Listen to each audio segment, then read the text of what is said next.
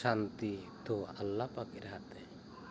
আমি আপনি যতই শান্তি শান্তি করে স্লোগান করি না কেন, আল্লাহ পাক যতক্ষণ পর্যন্ত শান্তি কায়েম না করেন ততক্ষণ পর্যন্ত জগৎবাসীর পক্ষে শান্তি পাওয়ার কোনো উপায় নাই। আল্লাহ শান্তি কায়েম করবেন তার মুমিন বান্দাদের মাধ্যমে, মুসলাকিন বান্দাদের মাধ্যমে।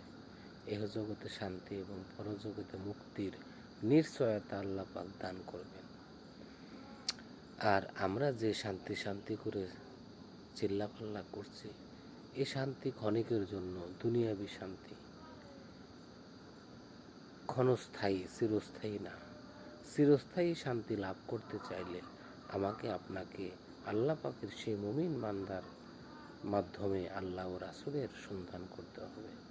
তবেই সেন আল্লাহ আমাকে আপনাকে প্রকৃতিক শান্তি দেবে, এহ জগতে শান্তি এবং পরজগতে মুক্তি। আল্লাহ আমাদের সকলকে সঠিক বুঝ দান করুন আল্লাহ পাকের মুমিন বান্দাদের মাধ্যমে। আল্লাহুম্মা আমিন, আল্লাহুম্মা আমিন।